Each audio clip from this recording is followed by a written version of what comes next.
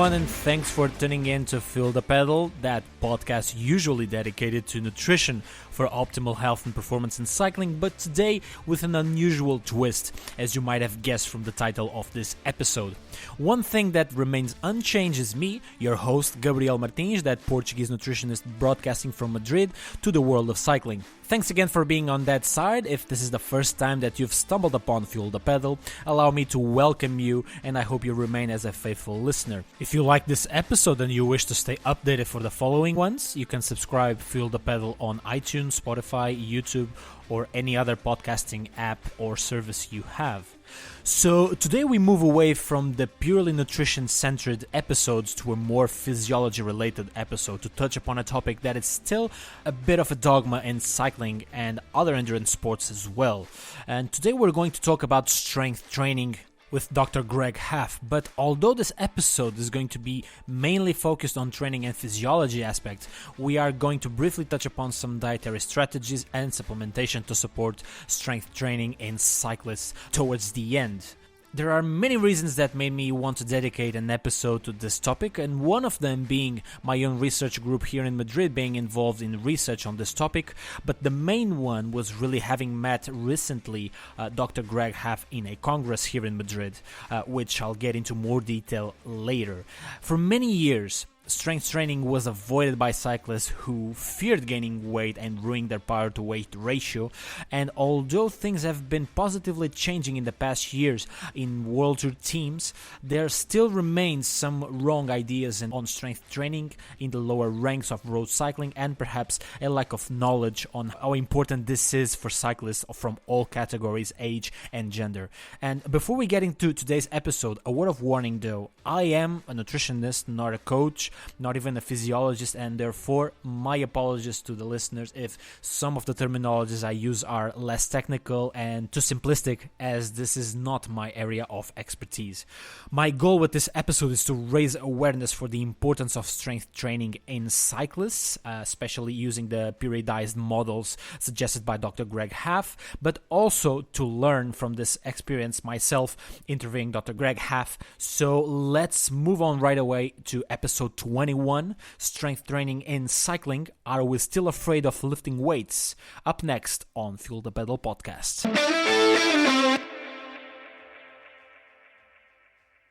And talking with us from Australia today, we have Dr. Greg Haff with us. Hello, Greg. Welcome to Fuel the Pedal. How are you doing today?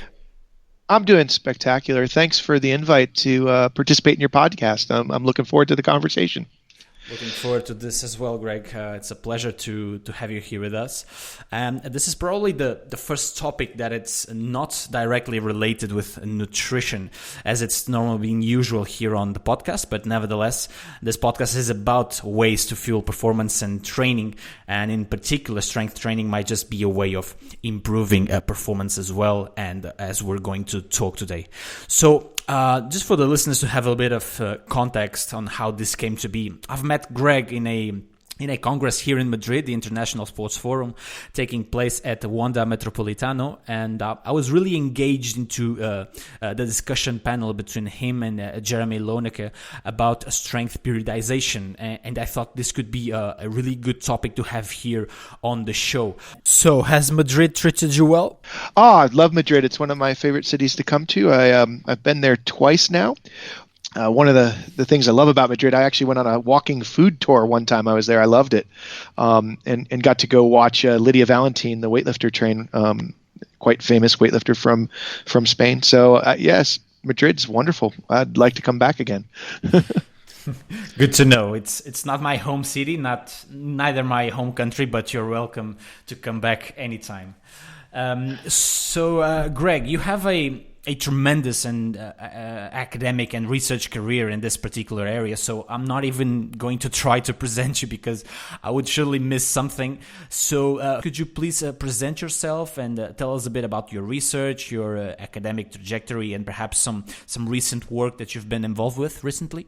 Well, it's been a long career so far. It's been hard to believe 20 years now. I've been an academic, not including my doctoral training, which was doctoral, undergrad, master's was another 10. So it's almost been 30 years. A little bit about me. Classically, I started out as an athlete. I was an athletics athlete. I was a sprinter and a thrower, and I played American football. In college, I was a track athlete, but then transitioned into Olympic weightlifting when I was talent ID'd for that sport, and then spent a good amount of time training for the Olympics. Did not make it. Tried really hard, but didn't get there. And I often tell people I think one of the things that was the hurdle that I struggled with was the nutrition side of things because I didn't fuel the body well enough, and that really increased my injury rate a little bit. I believe now that I know a lot more as a scientist. After that, I transitioned into track cycling, where I raced for 2 years and tried to be a sprint lead out rider for the Olympic discipline. And did a couple years as a consultant, academic, embedded with a road cycling team in Texas at the university, Midwestern State University, which has a cycling team, a pretty historic cycling team, actually. They do quite well. And they're affiliated with a race called the Hotter Than Hell 100, which is a pretty hard one-day race. After that, I worked at a medical school for a little while, teaching mostly undergrad, and then I came to ECU to head up their strength and conditioning program. I've been at Edith Cowan for about 10 years now, and have been building a research program here that's grown substantially. My areas really early in my career started out a lot with carbohydrate supplementation and strength power development. And I did some work with muscle glycogen and glycogen sparing and strength disciplines with carbohydrate manipulation.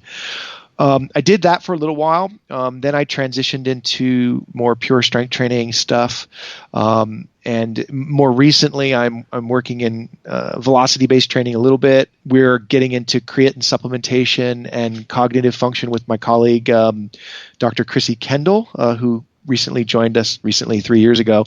But we're building a line of supplement research on the side of the strength training things that we're doing. And we have a big research program in the military space at the moment, looking at different aspects of combat readiness and things of that nature as far as how to make stronger, more well-rounded and robust athletes.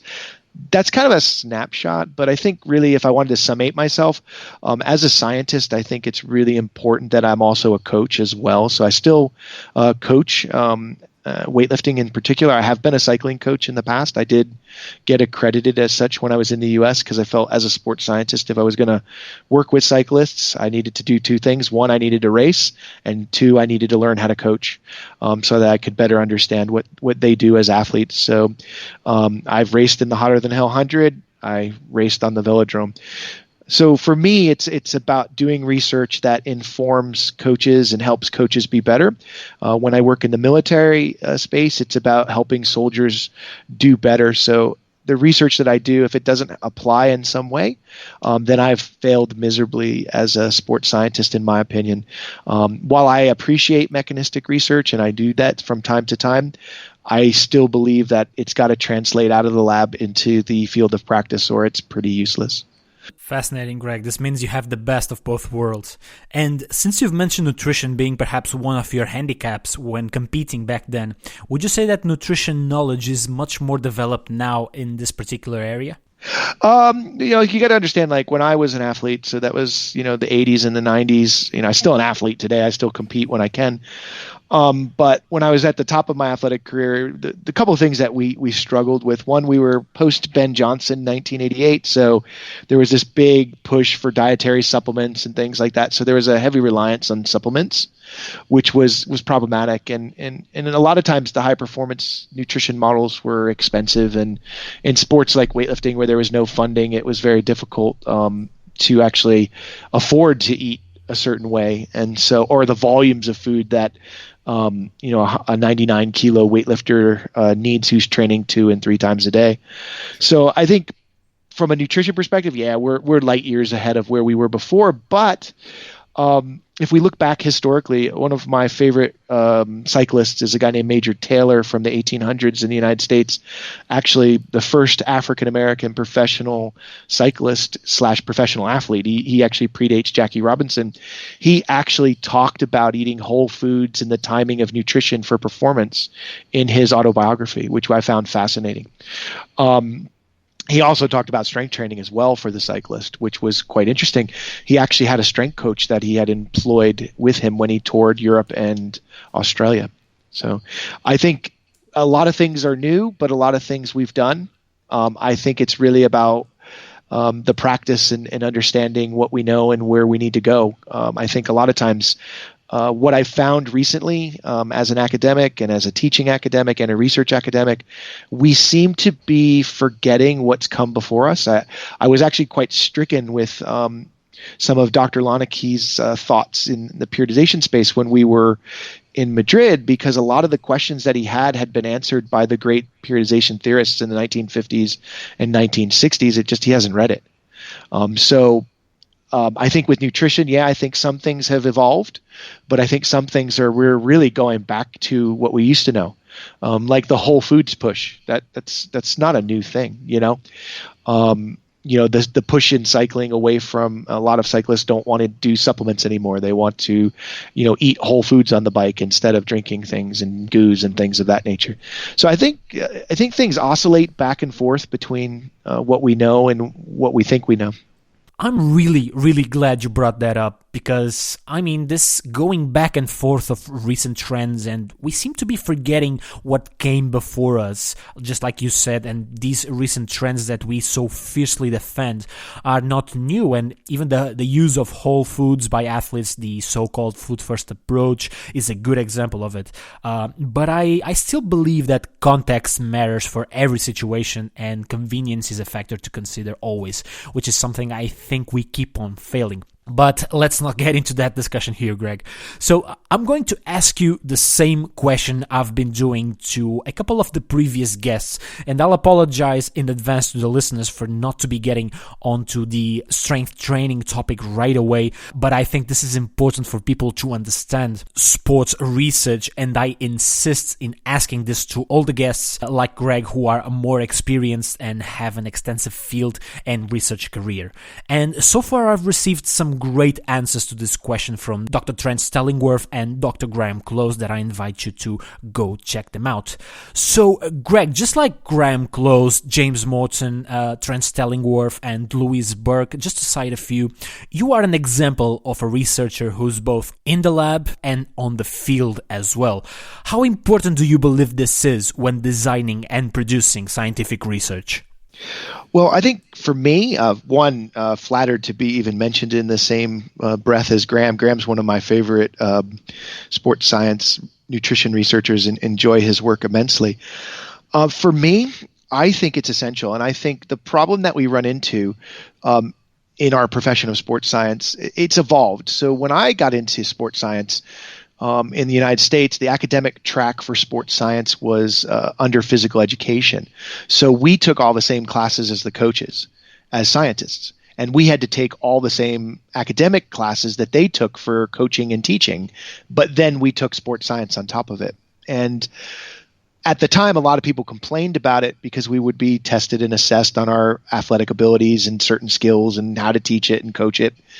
But I believe, and it's shown time and time again to me, that having that ability as a sports scientist to be able to talk to a coach in a way that a coach thinks and understand their perspective and their training is, to me, one of the greatest strengths that someone can have, because they come at it from a different perspective than us as scientists. And in my master's work training, I was very privileged to study under Professor Mike Stone, one of the iconic legends of strength and conditioning. And for me, it was an interesting adventure because he was my weightlifting coach who was coaching me towards the Olympics. He was my research mentor and my academic mentor. And one of the things that Mike did back and this was between 1993 and 96, and he still does it today with his PhD students, is all his students have to compete in something and they got to coach something. He believes that that's part of your training as a sports scientist. And I actually, at the time, didn't understand why as a student, but I can tell you now, my best students, be it either if they're in the military space or if they're in the sports science space, are the ones that have some sort of applied experience and also have the scientific experience. They seem to be able to accomplish, in my opinion, more transferable research. And I think that's quite important. We could get, I could design a really great study and be in a lab space and make something that's amazing, but no one can ever use it due to either time constraints or coaching theory restraints or whatever. And I'm actually lucky as well because I actually ended up marrying a coach she's an elite weightlifting coach, an elite athletics coach, and an elite volleyball coach. And a lot of times when we do our science as a group, if we're not sure about its application, we have her look at it and she'll go, yep, that's not going to work in the real world. Or she'll be like, yep, that's exactly the question that we're looking to answer. And so I just think that the ability to engage with coaches is central to what we do. And I still coach 20 hours a week as a strength coach as part of my academic load. I don't get credit for it, but in order to run a master's of strength and conditioning and be relevant and contemporary on coaching and keeping my skills of instruction, coaching is a great way to do that. Couldn't agree more, and I think we're starting to see this in some of the younger ranks in sports research who are working as coaches or practice some form of sports, and normally they research in the sport they practice, which I also believe this is always an advantage in doing research that has more application and is less theoretical. So today we are here to talk about strength training in cycling, particularly in road cycling, but we might touch on track cycling as well. And the reason for this episode is perhaps the fact that this training component is still somewhat overlooked in cycling, with a still existing fear of weight gain from coaches and cyclists themselves, with consequences to their power to weight ratio. So the point of this talk today with Dr. Greg Haff is to go around the basic concepts of strength training and how should it be implemented in a regular training season of a pro or amateur cyclist, and ultimately contribute to change how strength training is still approached in this modality. I'd also like to reinforce what I've said in the beginning of this episode, because since I am a nutritionist, I won't be as comfortable as in most of the nutrition related episodes that we've been having so far, so my apologies in advance if I use some inappropriate terminology, as this is not my area of expertise. So Greg, I think it would probably be a good starting point for the majority of listeners to start with some basic definitions and overview on what strength training is and how can different strength training protocols can be applied to individual endurance athletes such as cyclists. Well, I think first off, you just think about strength training just globally is going to be something where we're going to overcome some sort of resistance external to the body. So for example, if I pick up a chair, that is a resistance, I'm picking it up. I can move my body weight through ranges of motion, and that is a form of strength training. If I, for example, were to do like handstand push-ups, that is a form of strength training. So we're overcoming a load of some kind, either be it the body or something that we apply to the system. When people think strength training, the first thing they often think about is barbells, dumbbells, kettlebells, things like that. And that is one aspect of strength training. But strength training is other things as well. And I think that's where we kind of got this, we have this myriad of things that we can look at. Resistance bands can apply an external force to be overcome. Plyometrics are an external force that can be overcome. So plyometrics would be engaging in stretch shortening cycles, things like jumping and things of that nature. So there's a gamut of what we think strength training is. And I think that's where we kind of get into our first problem, I think, when we start to interpret strength training as far as a tool to make more robust and better athletes.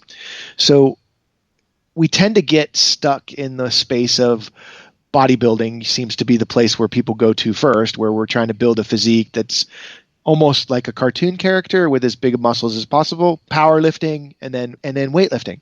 Why we can draw from those sports, and there is kind of a hierarchy of transferability, being bodybuilding has the least transference to sports performance. It's just that way due to the way they train, the volumes that they train at.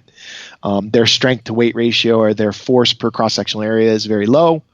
Powerlifting is purely strength dominant. Weightlifting is this beautiful marriage of mobility, speed, and strength.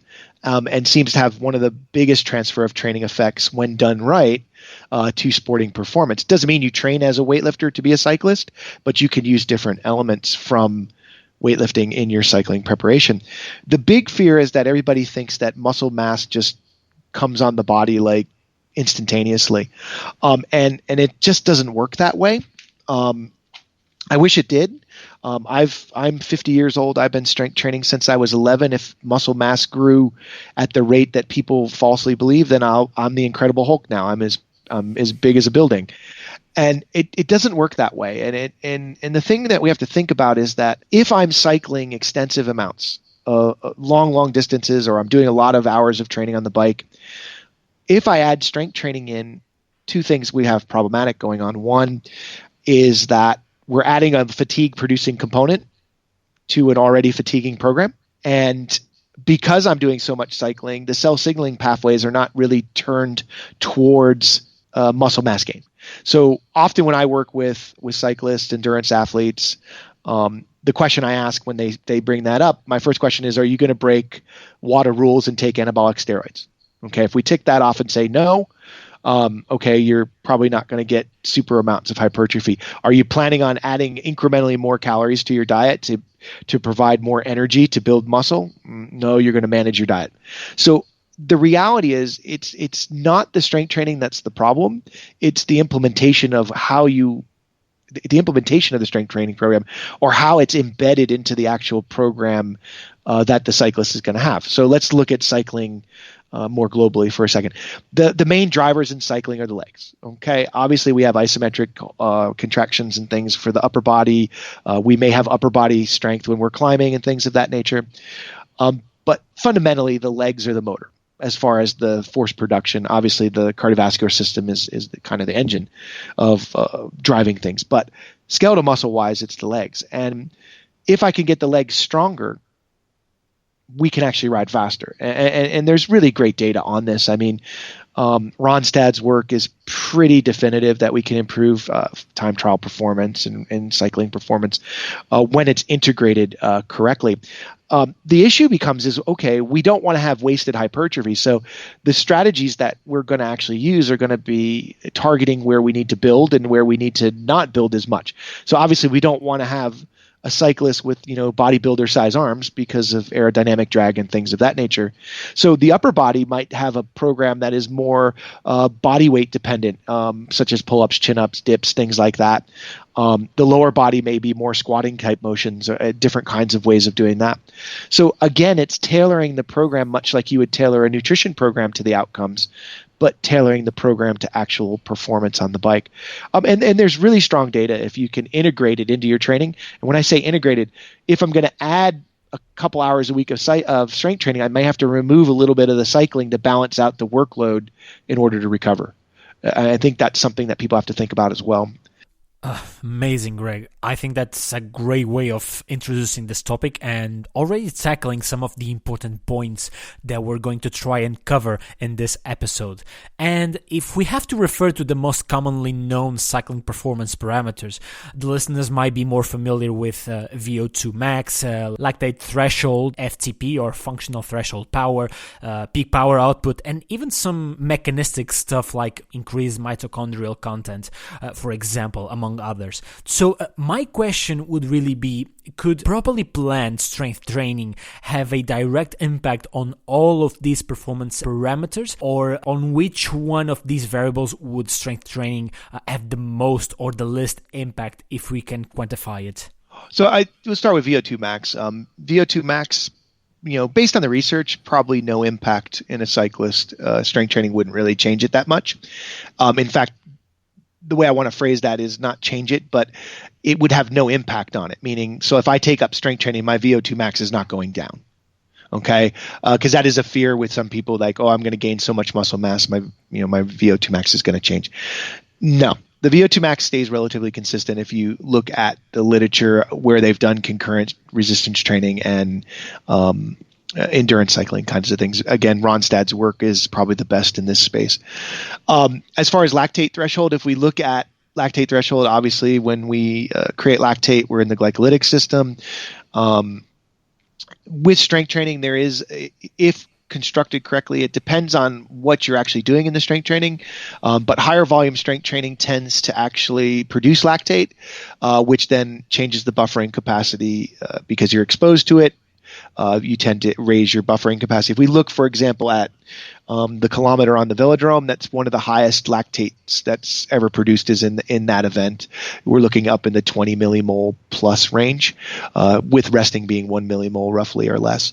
So we might be able to impact lactate threshold. Functional threshold power, potentially, if we're stronger, we could push a bigger gear, produce more power potentially, peak power output as well. So for me, when I look at strength training in cyclists, and I have done strength training with cyclists, when I was at Midwestern State, one of the things that I was charged with doing was the performance testing. So VO2 max testing, lactate threshold, functional threshold. We were doing that back in the early 2000s. Peak power testing, but also implementing and designing all the resistance training programs for their cycling team. I actually converted from a weightlifting coaching perspective to a cycling strength coach perspective. And what we did is we found that high volume resistance training wasn't the way to go because they were getting enough high volume work. We tended to do more lower volume force and power production type stuff.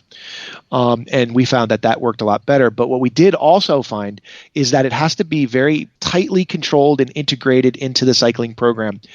So the cycling coach and the strength coach have to be, or person or sports scientist has to be on the same page. So when I started to taper the athletes with the strength training, pulling it down, removing it for the main competition of the year, he actually increased the cycling volume, which was counteractive to what we were trying to accomplish. And to make a long story short is after their major competition, which they did okay at, they went on a transition phase, and all of a sudden the guys peaked and went faster than they'd ever gone before at some races that they were just doing for fun.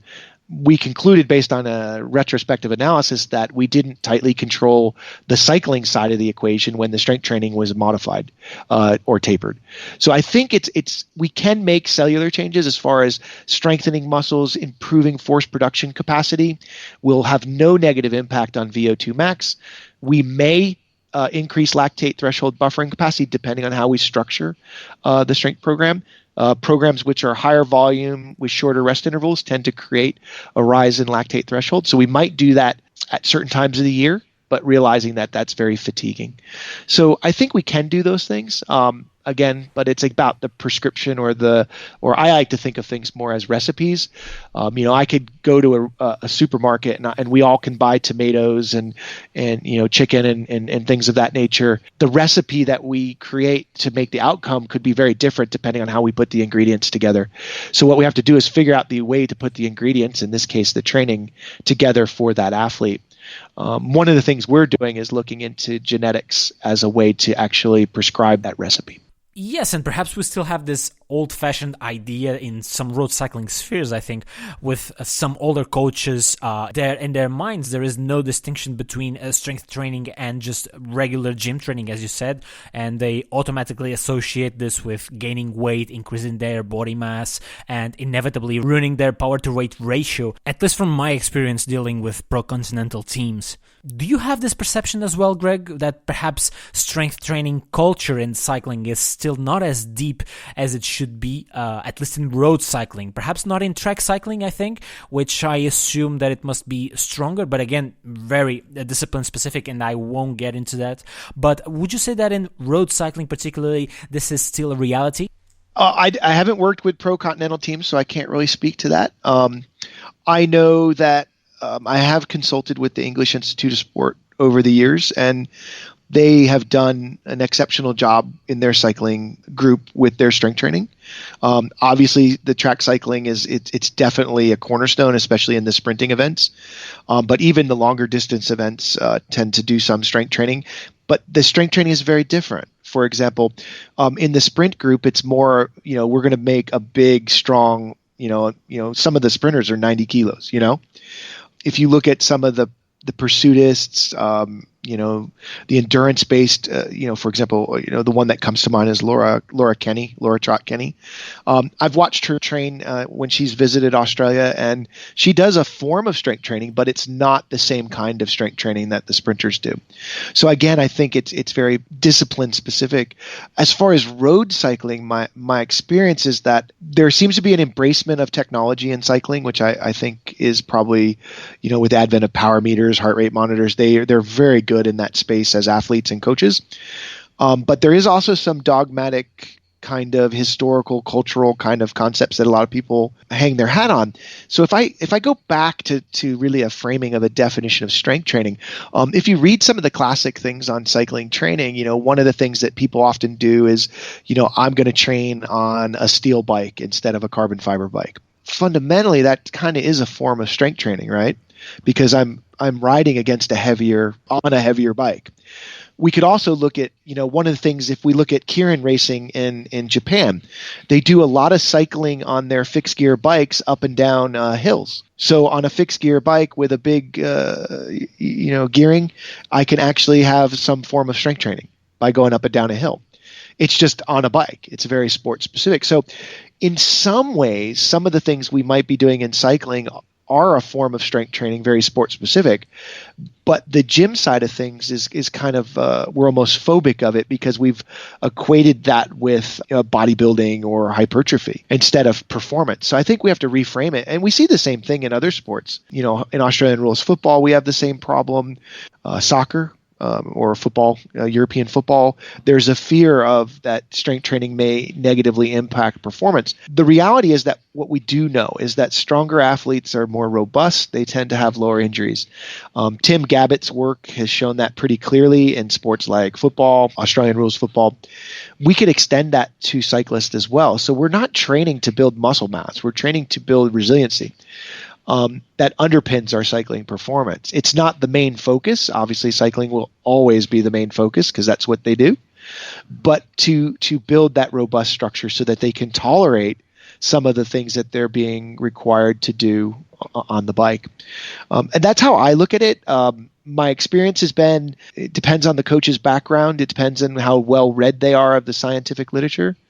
The science is pretty good, especially Ronstadt's work on cycling and strength training. It's quite convincing that it is beneficial. And then there's some work coming out of Finland looking at strength training and cross-country skiing as well. So for me, I think it just depends on the coach's background and their experiences. Some of the coaches that have been doing this very well for a long period of time are sometimes hesitant with the strength training, I believe. And how about women's cycling? Do you feel that things are perhaps starting to change here, or there's still much work to be done? Well, first off, I actually prefer coaching women. I tend to coach, here in Australia, I tend to do a lot of the coaching. For example, at some of our training camps, I end up working with the women's national weightlifting team a little bit more than the men's. I did work with some female cyclists when I was in Texas.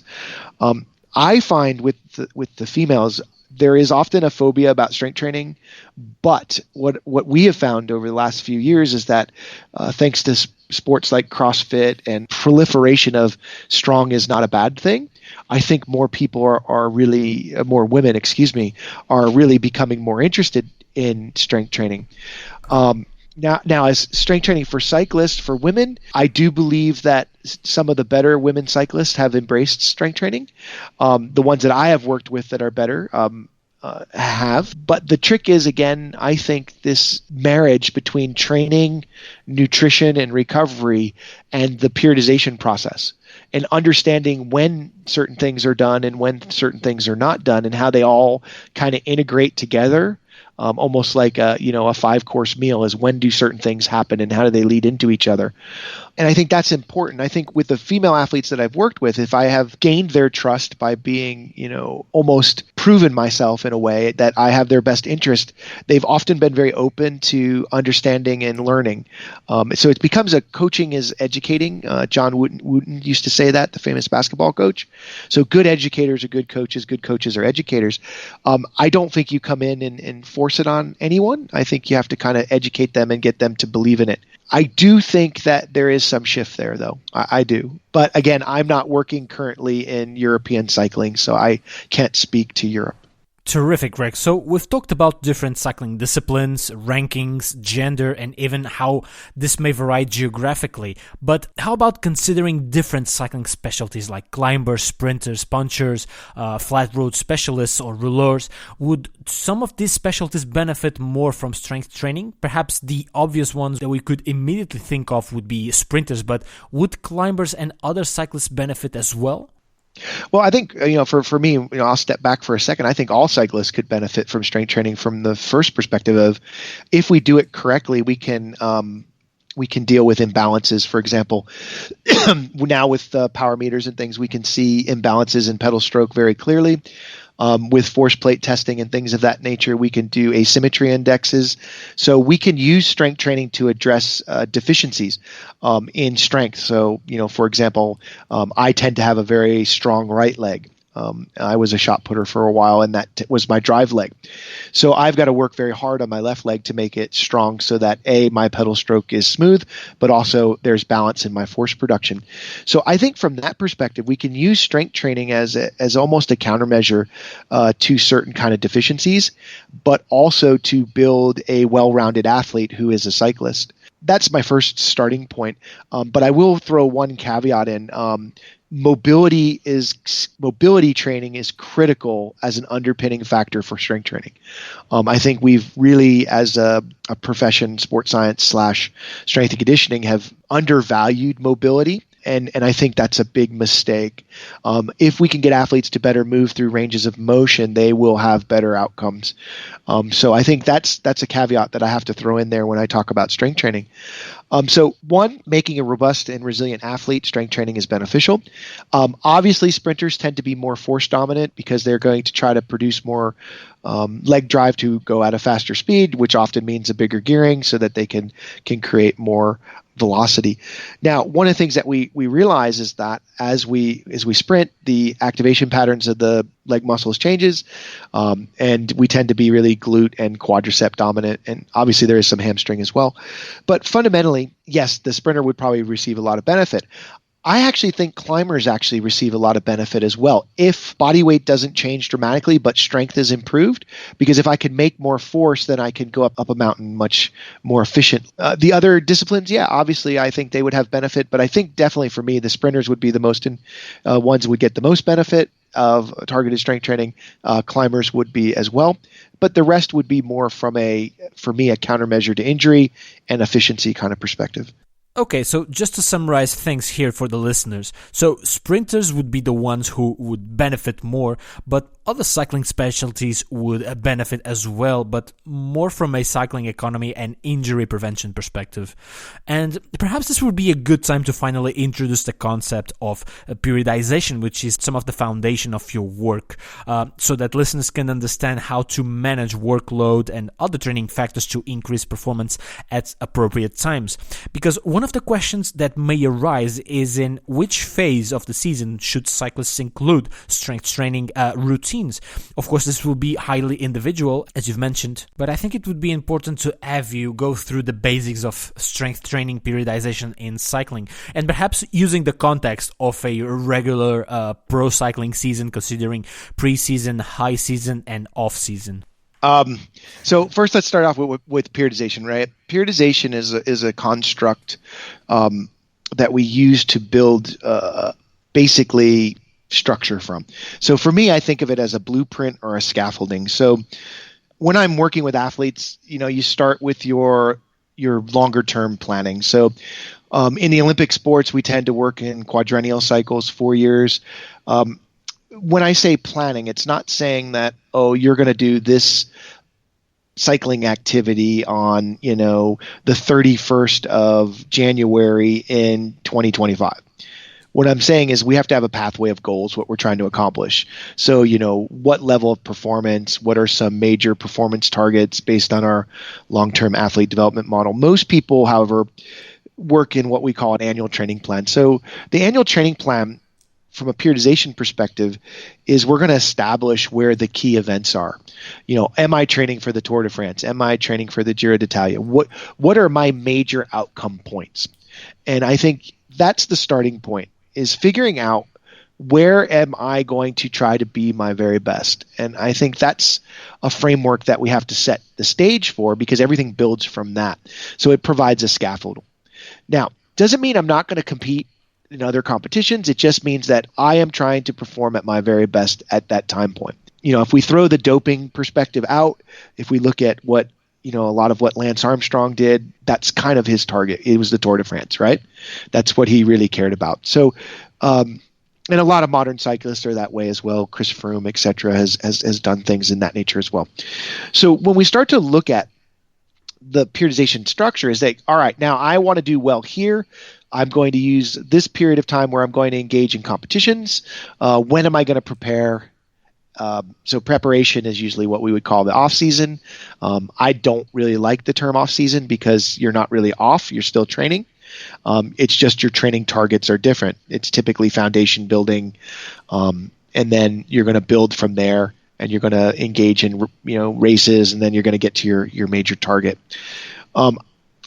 Really, basically, periodization is really setting the framework from which we're going to then implement a planning structure.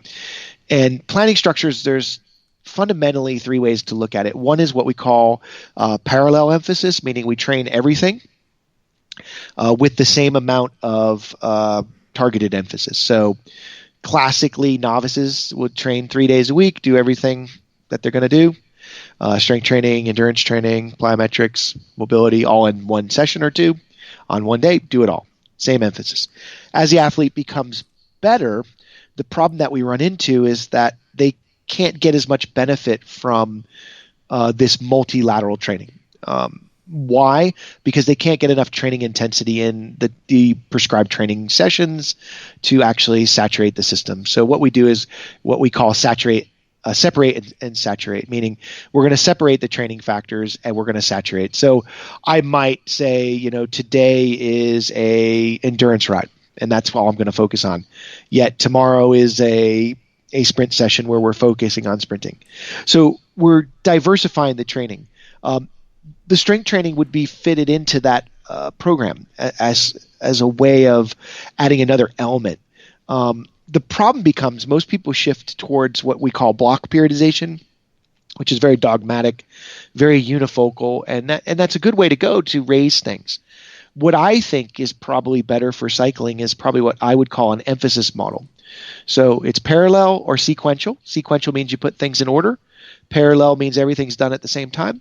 Emphasis is kind of a hybrid of the two. So what I might say is that if I know my cyclist requires 5 basic biomotor abilities or skills, during different parts of the year, I'm going to touch them in different emphasis. So in the off season, maybe is going to get a greater emphasis on strength training, foundation building. In season, or when we're in our targeted competitive period, we're going to do less strength training. We are not going to completely remove it. I think that's one of the biggest mistakes we saw with cyclists was, I'm going to strength train in the off season and I'm going to do none in the in season. Well, you might as well not even do it in the off season then, because the gains that you're going to get are going to dissipate within 4 to 6 weeks. So you might as well have some small dosing of strength training throughout the season in order to maintain those adaptations. So for me, that's how I look at the periodization puzzle, and it truly is a puzzle. And one of the things that I have to kind of throw out there is that when people talk about periodization, it's often the physical that they focus on. So, what's my strength training? What's my cycling training? What's my mobility training? But it's much more than that. Around that framework of the periodization or annual training plan, I'm going to put in, okay, where are the areas that I'm going to use specific recovery interventions? So, for example, some of the work that we're doing right now is looking at the periodization of recovery. Really honored to be doing this work with Shauna Halson and Dale Chapman and Eric Drinkwater. And what we're looking at is, for example, in season, we might use cold water immersion. Why? Because we have quick turnarounds. We're not really trying to get adaptation. In the off season, when we're trying to build physiological adaptation, we might not use cold water immersion recovery methods because there is some evidence that it might blunt cell signaling and adaptation.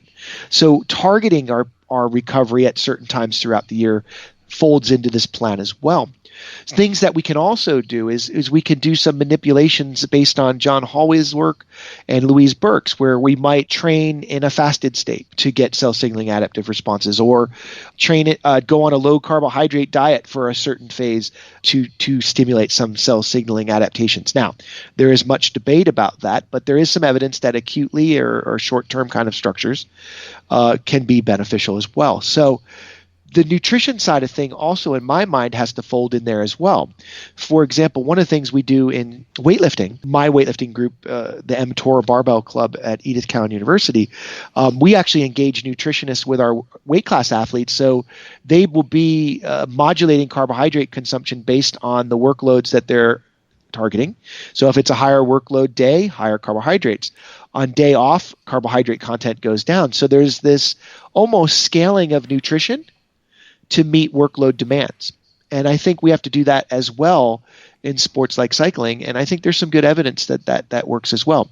So when I think about periodization, yes, I spend a lot of my time in the strength discipline, but when I coach, it expands or blows out to multiple levels.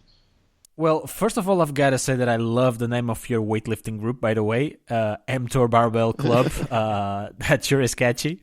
No, but I'm really glad you've included nutrition periodization into the training periodization model, citing the brilliant work by Dr. Louise Burke and Dr. John Hawley. And we've tackled this topic here before on the podcast in detail with Dr. Sam Impey and Dr. James Morton, who has not only produced a lot of work in this area of carbohydrate periodization back at Liverpool John Moores University, but also he talked about its application back when he was the performance nutritionist from Team Sky, and hopefully we can go deeper into the nutrition side of things for strength training during this episode. But before that, there's one topic that I'd like to touch on, which is other possible role of strength training routines that may go beyond improving strength and power output on the bike, as we've been talking about until now. So one popular concept that is emerging in the past few years is the whole notion of RED-S, or the relative energy deficiency in sports, and how the lack of load-bearing activities in cycling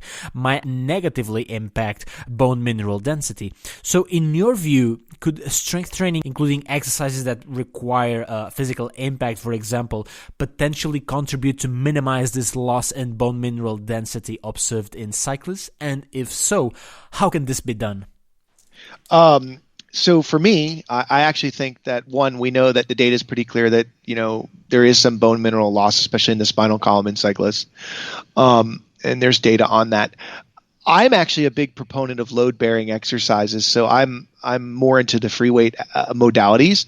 And so if I, for example, do the squat, which I think is one of the best exercises for leg development as far as strength, you're going to get greater bone mineral density in the spine. In fact, in world-class weightlifters and powerlifters, they are way, way, way above the standard deviations of normal people for bone mineral density. And there's some good evidence that free weight activities, especially done explosively like the Olympic weightlifting modalities, will increase bone mineral density because it's about the strain and the compressive forces. So I think that load-bearing activities such as squatting and things of that nature have great benefit for bone mineral density, but they have great transference to sports performance, and cycling would be one of them. So I actually think strength training is kind of a counterprotective, or a countermeasure, and protective for the loss of bone mineral density in cyclists. I think it's important. So anything that loads the axial skeleton tends to be beneficial for the spine, especially. So if we look at, for example, squatting, so putting the barbell on your shoulders and sitting down and standing up, one of the things we notice with a cyclist that when we first teach them to squat, they often lack ankle, hip, and knee mobility to actually do squats correctly. So we've got to teach them how to use their legs basically in a non-pedaling fashion because they're not used to that squatting motion. It doesn't mess up their pedal stroke when we do it, but we've got to work on their mobility often in those paces. But so loading the axial skeleton seems to be beneficial to the back squat, barbell on your back, front squat, barbell on the front deltoid, standing up and down. Deadlifting tends to have some benefit as well, even though it's not directly loading the axial skeleton, but the hinging motion tends to create some benefit as well.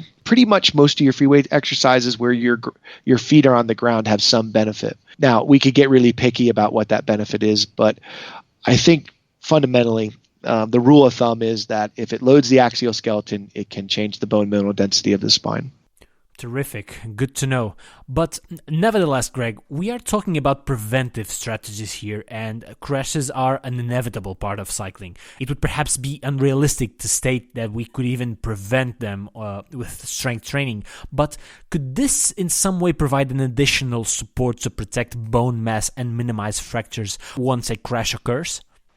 For me, I think strength training is definitely a countermeasure to injury and could protect in crashes. Obviously, I used to work with a Canadian cyclist named Mark Ernstein, and he used to say, it's not if you're going to crash, it's when you're going to crash. And it's going to happen. It's going to happen. If anybody's a fan of the Tour de France, it does happen and can really make a mess of things. So do I think it could protect you? Yeah. Crashes are an interesting thing, and I have so much respect for athletes who crash and are able to keep going, because it can be quite devastating and dramatic, especially when you break a collarbone. For me, there's certain kinds of things you're not going to protect against, but there's other things that you definitely will protect against.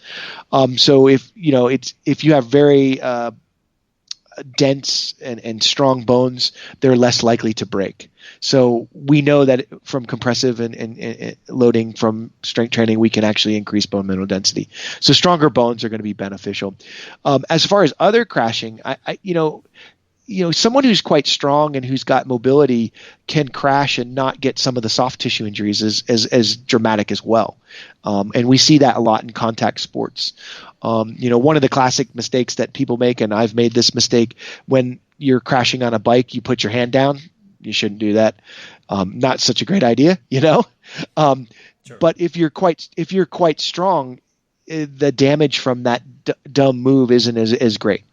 So I think for me, there is a benefit in crashes from being stronger.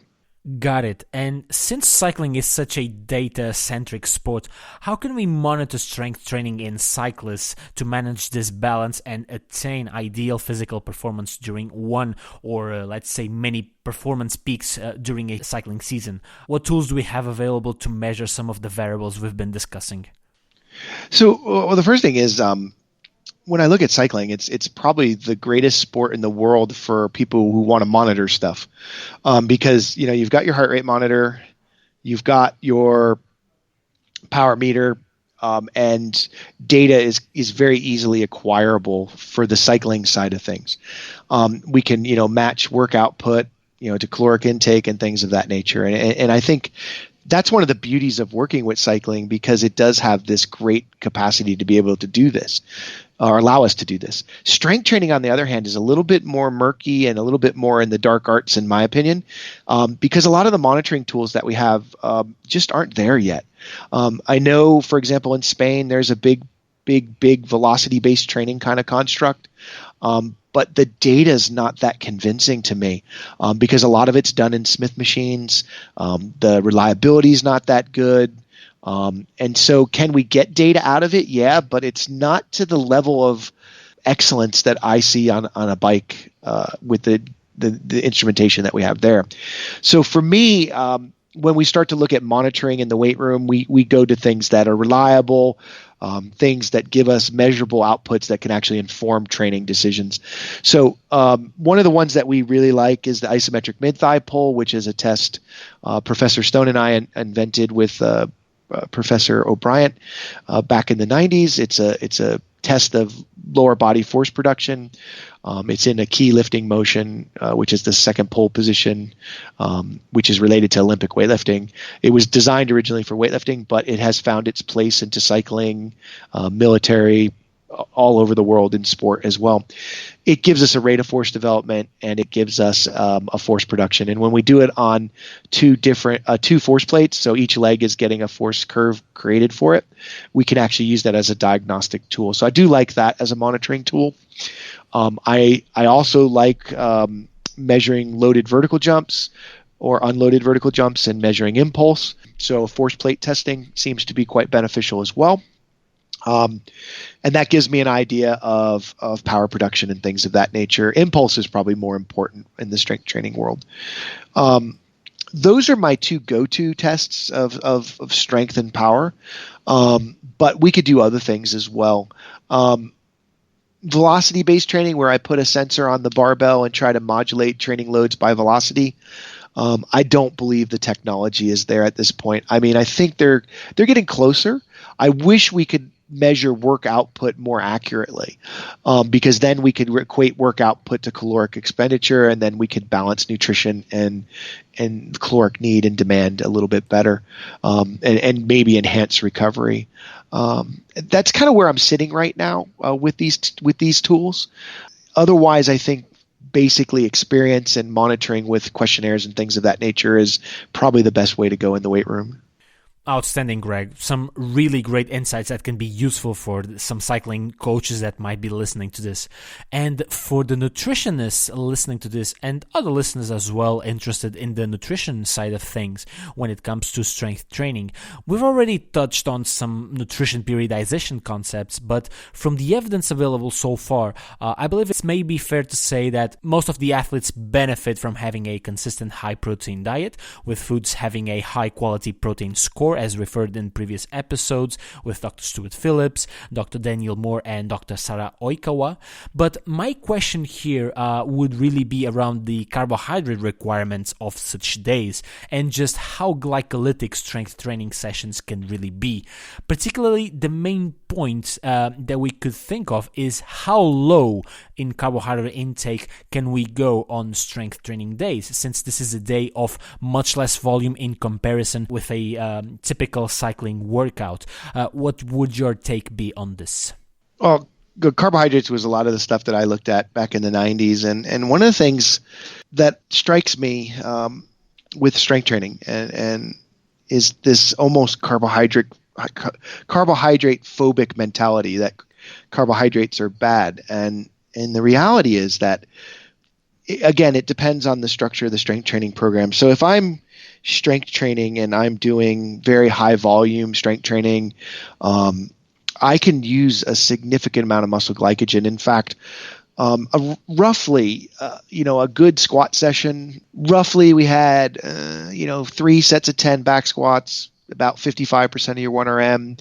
We did some speed squats, explosive squats, 45% of 1RM, let's say, and then we did some step-ups or one-legged squats.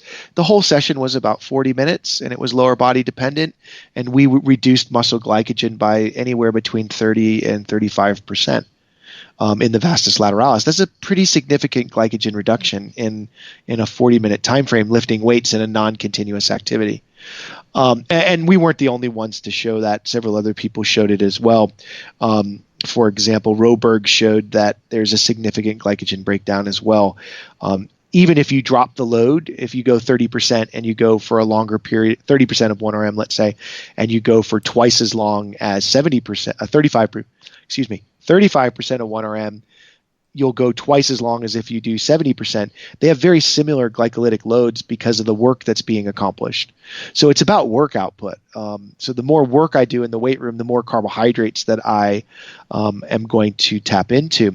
What we do know that is very clear is that to produce force explosively and with high force, we need carbohydrate as a fuel because strength training is predominantly glycolytic. You're not going to produce the forces that you need aerobically. So from that perspective, glycogen is important. And I think it's probably one of the things that's the most important with strength trained athletes. Now, when we start to look at the idea of strength training, again, where strength training is really difficult is it's how we put the strength training program together. So if we look at it from a work output perspective and how do we calculate work, we get a very, very rough estimation from what's called the volume load, which is the number of reps times the number of sets times the number of the kilograms lifted. The higher the volume load, the greater the caloric expenditure. The problem with that is it's rough because it doesn't account for displacement. This is where a lot of technology is being worked on. There's some things being done with IMUs, inertial movement sensors, to determine if we can measure displacements accurately enough that we can actually calculate work much like we would on a bike from power meters. Then we could dial in our caloric needs in the strength training facility. But what we do know is that when we go low carbohydrate, some work by Jeff Volek, who's a pretty darn good low carbohydrate diet researcher.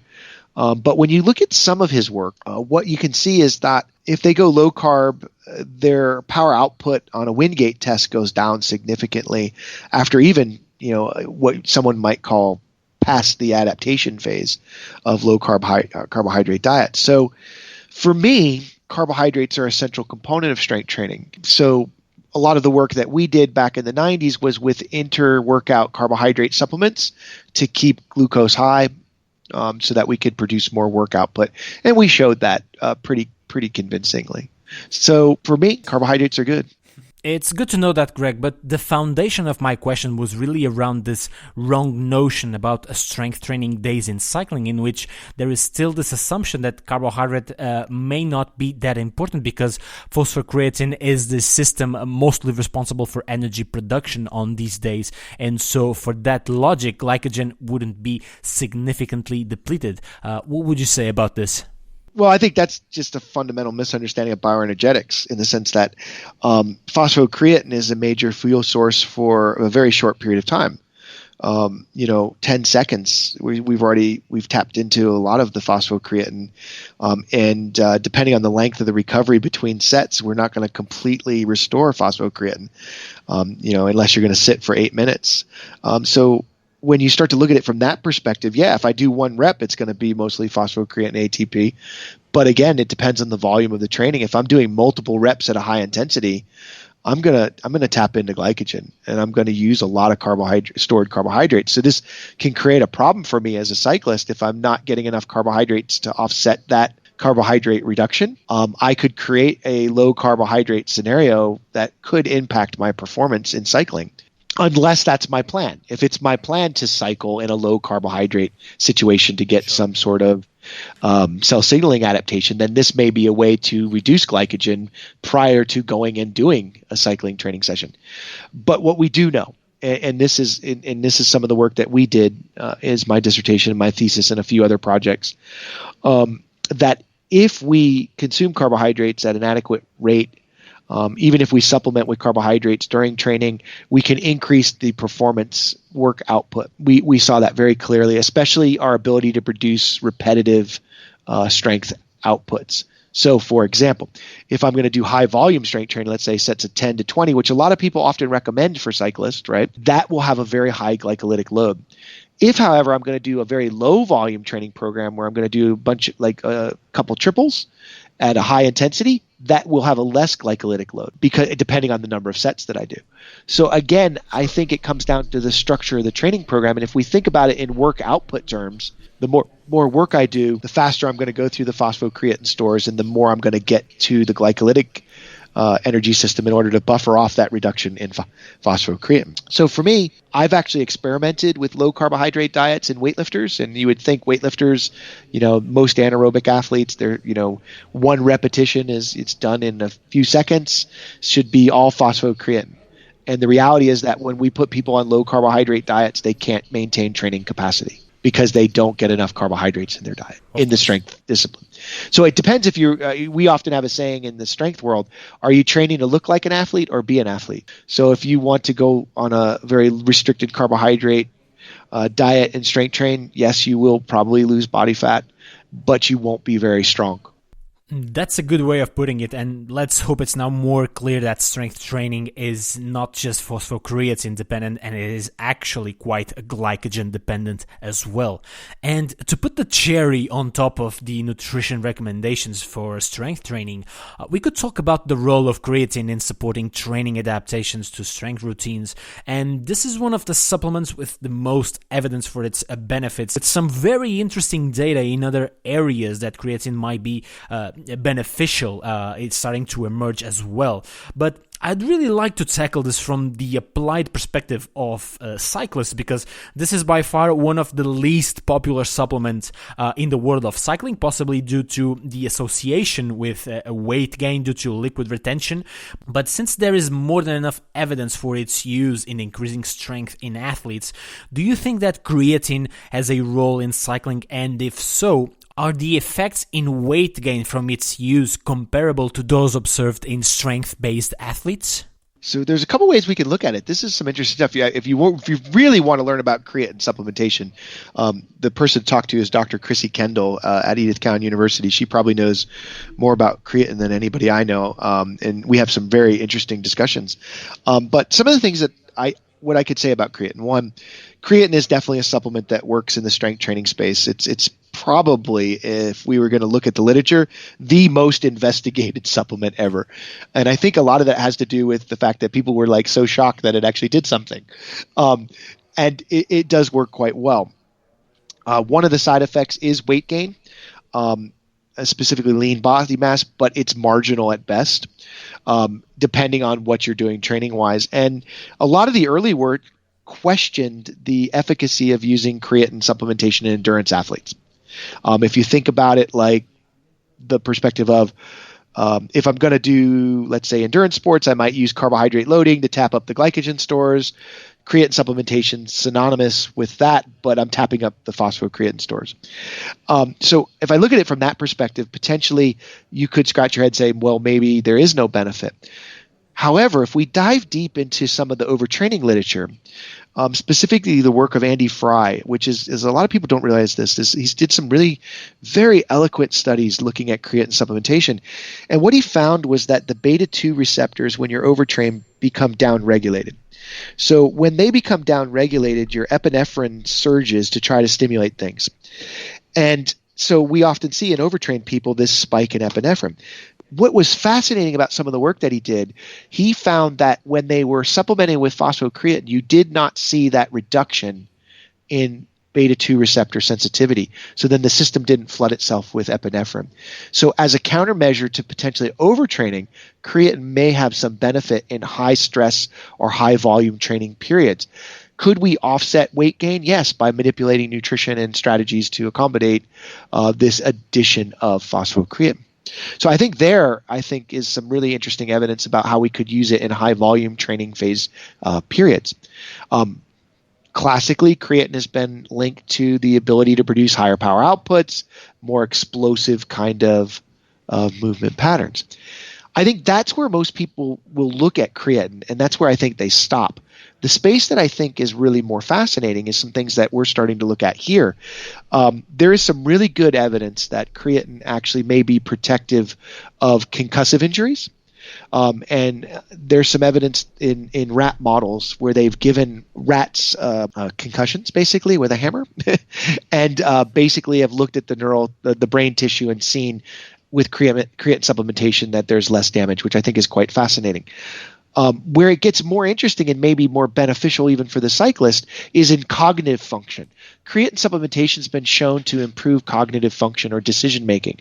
So if I'm riding in a pack of riders, I've got to be cognitively aware of all the people around me and make decisions. So we could think of creatine not only as a physical performance enhancer, but a cognitive performance enhancer.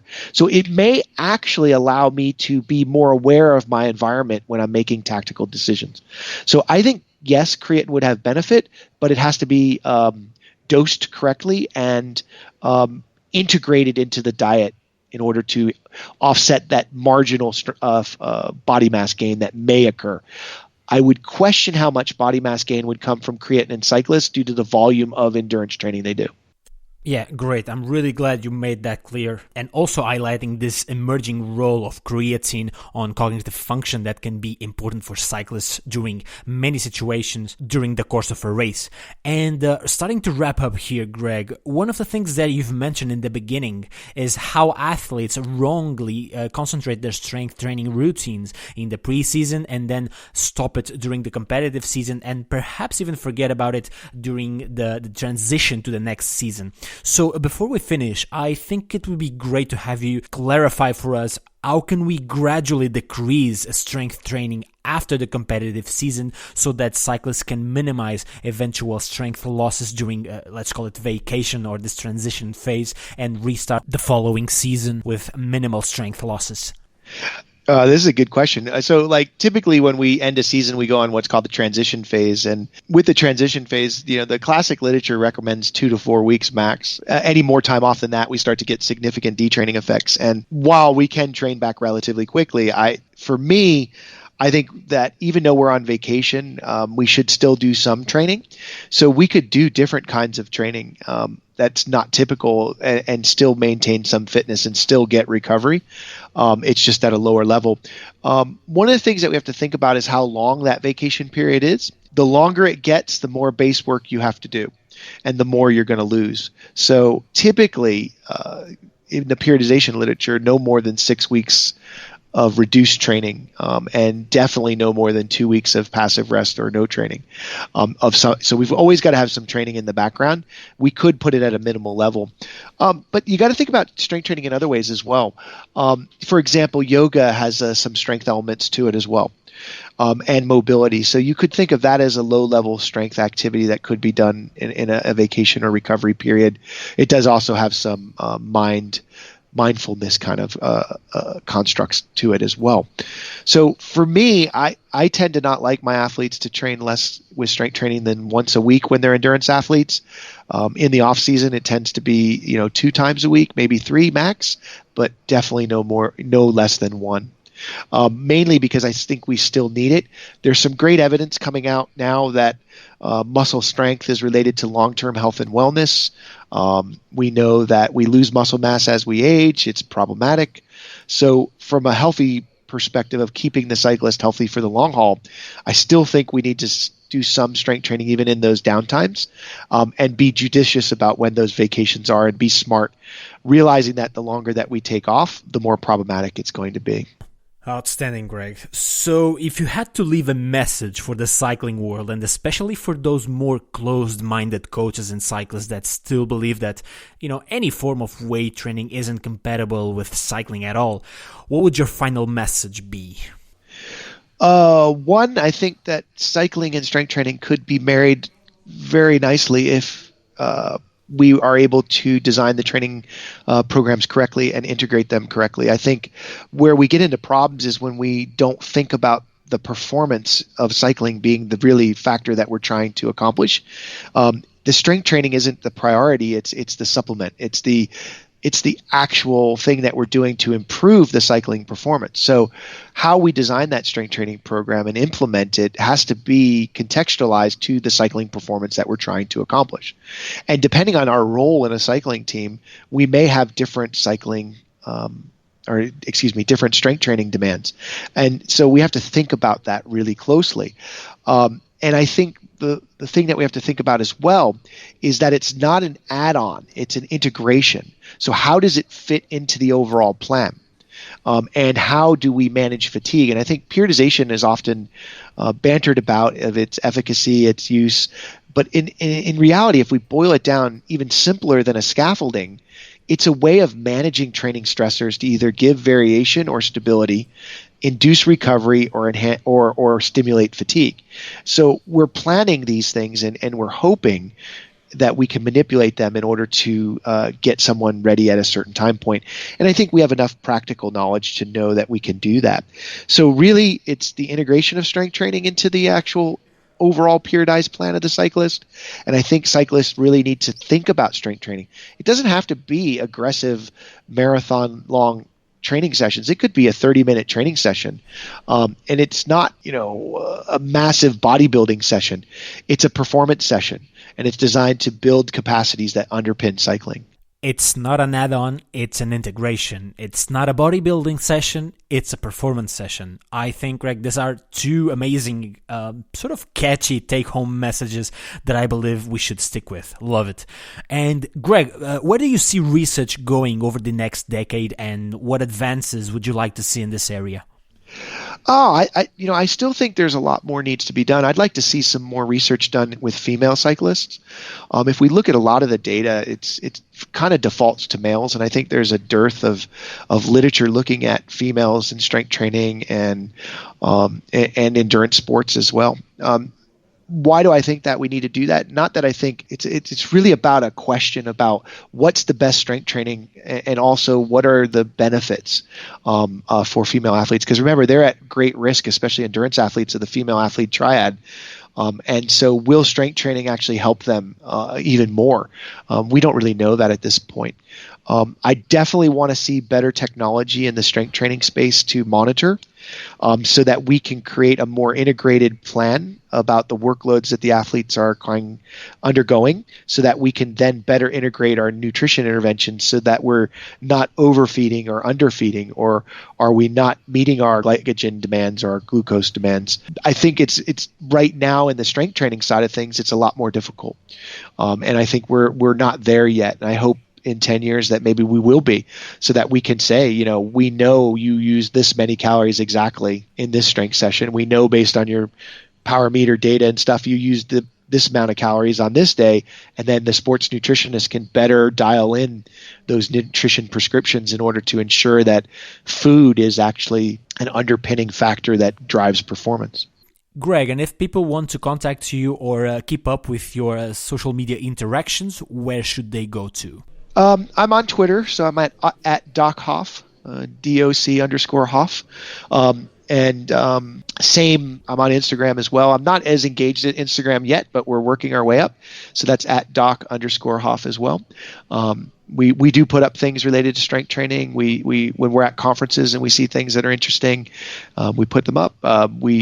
Our research group here at ECU, at least my team, we're really looking at many diverse areas, and we're trying to answer questions that are relevant. And we're always interested in talking with other people at conferences or engaging in discussions, because I think we learn from each other as much as we can, and we try to drive performance forward, because that's what our group is about, is improving athlete performance and increasing success. And I can confirm that it was thanks to Greg's openness that during that one Congress in Madrid that we were able to talk, share ideas, and fortunately it all led to this episode in the first place.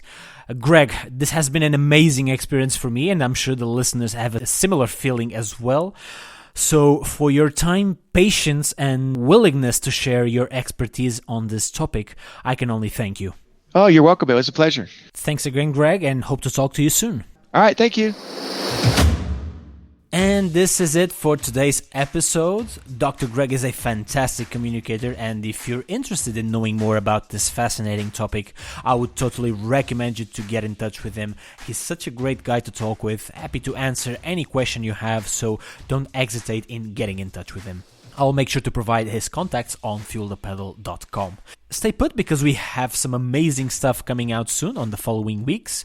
And thanks again for being on that side. I hope to have you here soon for the following episodes. Take care, guys.